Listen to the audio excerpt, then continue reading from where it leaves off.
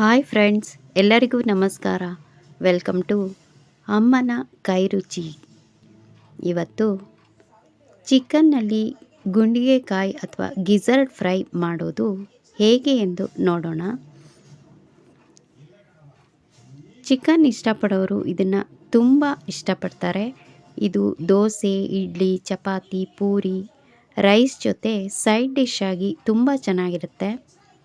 ಇದಕ್ಕೆ ಬಾಣಲಿಗೆ 2 ಸ್ಪೂನ್ನಷ್ಟು ಎಣ್ಣೆ ಹಾಕಿ, ಎಣ್ಣೆ ಕಾದ್ಮೇಲೆ 2 ಹೆಚ್ಚಿರೋ ಈರುಳ್ಳಿ ಹಾಕಿ ಫ್ರೈ ಮಾಡಬೇಕು. ಈರುಳ್ಳಿ ಸ್ವಲ್ಪ ಫ್ರೈ ಆದಮೇಲೆ ಕರಿಬೇವು ಸ್ವಲ್ಪ, ಶುಂಠಿ ಬೆಳ್ಳುಳ್ಳಿ ಪೇಸ್ಟು 1 ಸ್ಪೂನ್ನಷ್ಟು ಹಾಕಿ ಚೆನ್ನಾಗಿ ಫ್ರೈ ಮಾಡಬೇಕು.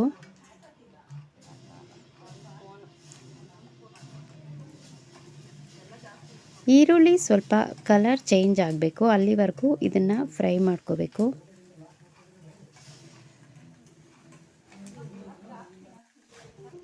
ಈರುಳ್ಳಿ ಸ್ವಲ್ಪ ಫ್ರೈ ಆದಮೇಲೆ ಧನಿಯಾ ಪುಡಿ 1.5 ಸ್ಪೂನು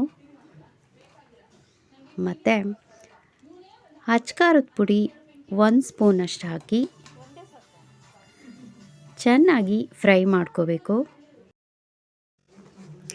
ಈರುಳ್ಳಿ ಸ್ವಲ್ಪ ಫ್ರೈ ಆದಮೇಲೆ ಹೆಚ್ಚಿದ 2 ಟೊಮೊಟೊ ಹಾಕಿ ಚೆನ್ನಾಗಿ ಬೇಯಿಸಬೇಕು.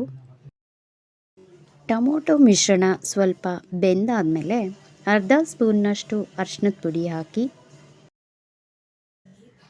ರುಚಿಗೆ ತಕ್ಕಷ್ಟು ಉಪ್ಪು ಹಾಕಿ ಚೆನ್ನಾಗಿ ಮಿಕ್ಸ್ ಮಾಡ್ಕೋಬೇಕು.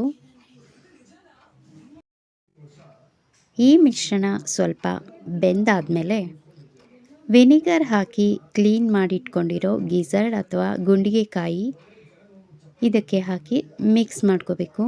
ವಿನಿಗರ್ ಇಲ್ಲ ಅಂದರೆ ನಿಂಬೆಹಣ್ಣು ಹಾಕಿ ಕ್ಲೀನ್ ಮಾಡ್ಕೋಬೋದು.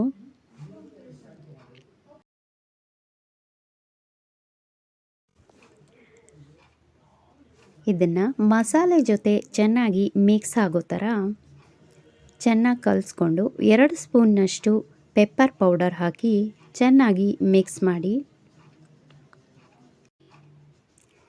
ಇದು ಬೇಯೋದಕ್ಕೋಸ್ಕರ ಒಂದು ಅರ್ಧ ಗ್ಲಾಸ್ನಷ್ಟು ನೀರು ಹಾಕಿ 15 ನಿಮಿಷದವರೆಗೆ ಚೆನ್ನಾಗಿ ಬೇಯಿಸ್ಕೋಬೇಕು.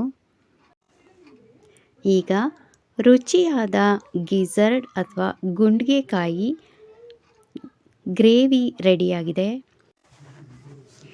ಇದೇ ಮೊದಲು ಈ ಚಾನಲ್ನ ನೋಡ್ತಾ ಇದ್ದರೆ ದಯವಿಟ್ಟು ಈ ಚಾನಲ್ನ ಸಬ್ಸ್ಕ್ರೈಬ್ ಮಾಡ್ಕೊಳ್ಳಿ. ಲೈಕ್ ಮಾಡಿ, ಶೇರ್ ಮಾಡಿ, ಕಮೆಂಟ್ ಮಾಡಿ. Thanks for watching.